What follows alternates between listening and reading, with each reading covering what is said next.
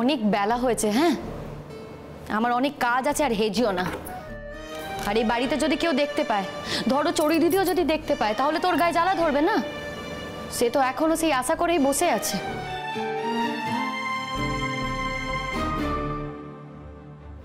আর শোনো, এখন যদি সে আত্মহত্যা করে তোমার নাম লিখে যায় না, তাহলে কিন্তু পুলিশে তোমাকে ধরে নিয়ে যাবে। এরা কিন্তু বড় লোক, এত সহজে তোমাকে ছেড়ে দেবে না। আচ্ছা, বিপদে পড়লাম দেখছি। আমার জীবনটা কি এরকম ভাবেই কাটবে নাকি? কেন গো, মন্দ কি? তোমার তো সুখের জীবনই হচ্ছে। আর চড়ুই দিদিকে কোন দিক থেকে তুমি মন্দ মনে করো গো? দেখেছো? হ্যাঁ, কি সুন্দর দেখতে চড়ুই দিদিকে। হ্যাঁ, ফটর ফটর করে ইংরেজি বলে, কি স্মার্ট। সে কি আর আমার মতো নাকি? আকাট মুখ্য, ঠিক মতো কথাও বলতে পারি না। যখন ওই প্যান্ট জামা পরে বেরোয় না, দেখেছ কি সুন্দর দেখতে লাগে। তারপর লেখাপড়া, চড়ুই দিদির মতো মেয়েরা লেখাপড়া করে পাস দিলেই তো একেবারে চাকরি বাঁধা গো। আসলে সব দিক থেকে সুখে আছে তো, তাই একটা খেলনার দরকার ছিল। সেই খেলনাটাই আমি। তোমার যদি খেলনা মনে হয় নিজেকে, তাহলে ভাবো, সে কিন্তু সত্যি সত্যি তোমাকে ভালোবেসে বিয়ে করতে চেয়েছে লালন।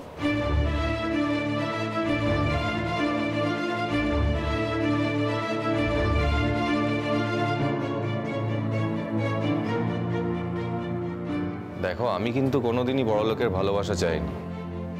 আর সে আমায় ভালোবেসেছে কি কি সেটা আমার দেখার দরকার নেই। আমি তাকে ভালোবাসি না, সেটা আমি জানি, আর সেটাই সবচেয়ে বড় কথা। বলেছো সে কথা তাকে? মুখের ওপর কি করে বলবো? সেরকম কথা তো কখনো ওঠেনি। ভালোবাসা নিয়ে কথা হয়েছে নাকি যে বলতে যাবো? ও বাবা, সে তোমার হাত ধরে টেনে টেনে তোমাকে সেলুনে নিয়ে যাচ্ছে, তোমায় সাজাচ্ছে, গোছাচ্ছে, যেখানেই যাচ্ছে সেখানেই তোমাকে নিয়ে যাচ্ছে।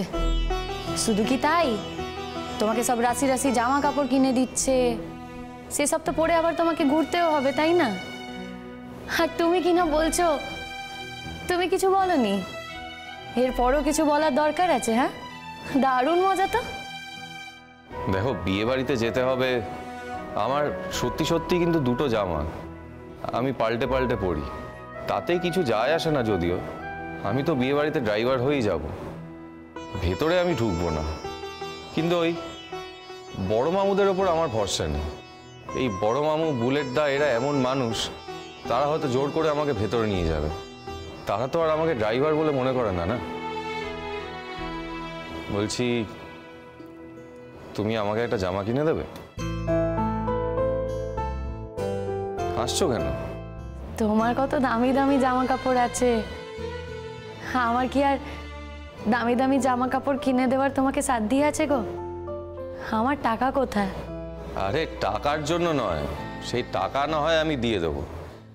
দেখো, এই গান গেয়ে তো কটা টাকা পেলাম, নিজের জন্য তো কিছুই করিনি। একটা জামা কিনতে পারবো না? আর শুধু জামা তো নয়, তোমাকে একটা শাড়িও কিনে দেবো। আমি কেন শাড়ি কিনবো? কেন? আমি তোমাকে কিছু দিতে পারি না? যাকে দেওয়ার না তাকে দাও, আমার এসব দরকার নেই। ফুলঝুরি, তোমার দরকার না থাকলেও আমার তোমাকে কিছু একটা দেওয়ার দরকার আছে।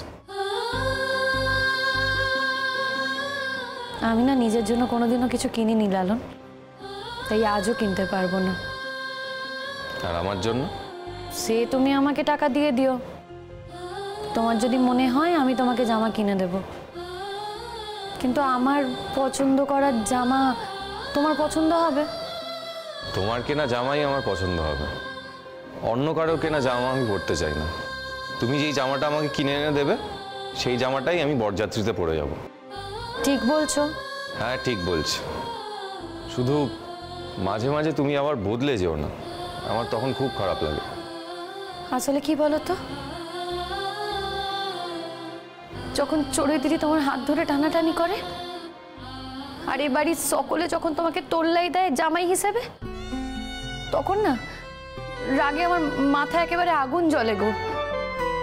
আমার কিচ্ছু মনে থাকে না, আমি তোমাকে কি প্রতিজ্ঞা করেছি, কি করেছি, আমি সব ভুলে যাই।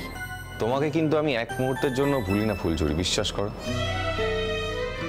আমাকে যদি মরার থ্রেটটা না দিত মেজো মামু আর মেজো মামি, তাহলে আমি কিচ্ছু মানতাম না। আমি এই বাড়ির চাকরি ছেড়ে চলে যেতাম। আর এই বাড়ির চাকরি আমি ছাড়তে পারি না তোমার জন্য। তোমাকে আমি কতবার বলেছি যে থাকার জায়গার কোনো অভাব হবে না। আমি যদি দুবেলা দুটো ডাল ভাত খাই, তুমিও সেটাই খাবে। কিন্তু তোমার জেদ, তুমি আমার কথা শুনবে না। হ্যাঁ, তোমার বাপ মা তো এখন আমাকে একেবারে মাথায় করে রাখবে। বাড়িতে রাজকন্যার সম্বন্ধ গেছে, তা না আমার মতো ঘুটে কুড়ুনিকে নিয়ে ভাববে। তাদের না আমাকে নিয়ে ভাবতে বইই গেছে। বিয়েটা আমি করব, অন্য কেউ নয়।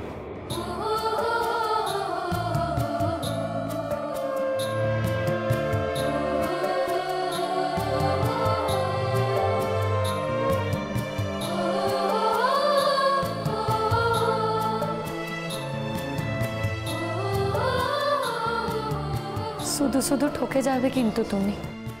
আমি যদি ঠকি তাহলে আমি ঠকবো, তাতে তোমার কি? আমি যেটা বললাম সেটা তুমি করবে কি করবে না? কি? সবাই যখন বিয়ে বাড়িতে নতুন নতুন জামা কাপড় পরছে, আমরাও তো বিয়ে বাড়িতে থাকবো, তাহলে আমাদেরও তো দুটো নতুন জামা চাই।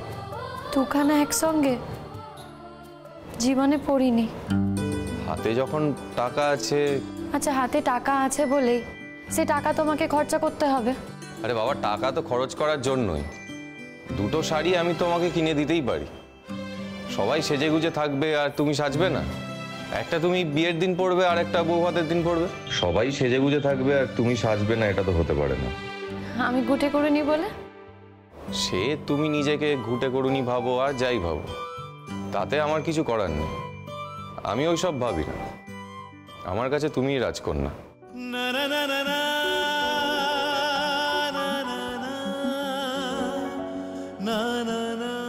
দেখো,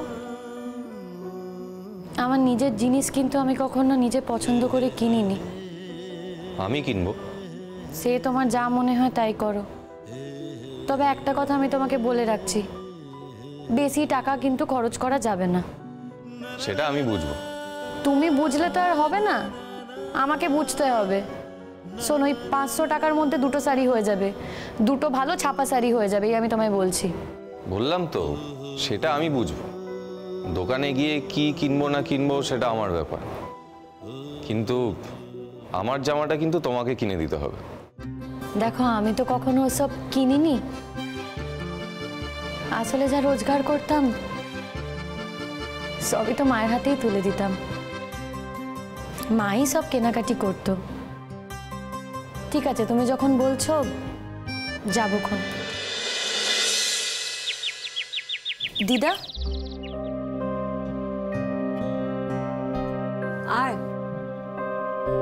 তুমি ডাকছিলে? হ্যাঁ, তোর সঙ্গে আমার কয়েকটা কথা আছে। হ্যাঁ, ফুলঝুরি।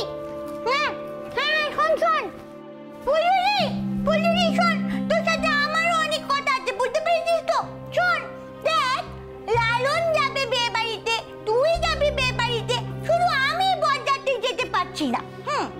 দেখো সোনা দিদি, আমার যদি যাওয়া হয় তাহলে তোমারও যাওয়া হবে, কিন্তু আমার যদি যাওয়া না হয় তাহলে তুমি আর আমি মিলে না হয় বাড়িতেই থাকবো। না, শোন না, ওখানে অনেক মজা হবে। জানিস তো, আমার মাটা তোমাকে কিছুতেই যেতে দিচ্ছে না রে বাবা। হ্যাঁ, আমার মাটা জানিস তো 1 নম্বরের বদের বাসা। খবরদার মিনি, মুখে তোমার যা আসছে তাই বলে যাচ্ছ। এই নিন মা। বেশ করেছি বলেছি। তুমি তো একটা বদ, তুমি তো একটা পচা। হ্যাঁ, তুমি খুব বাজে মা। তোমার মতো পচা মা আমি আগে কখনো দেখিনি। মিনি, জানিস তো ফুলঝুরি, জানিস তো আমার বাবাটা তো ভালো ছিল। হ্যাঁ, এই তার সাথে থেকে থেকে পচা হয়ে গেছে।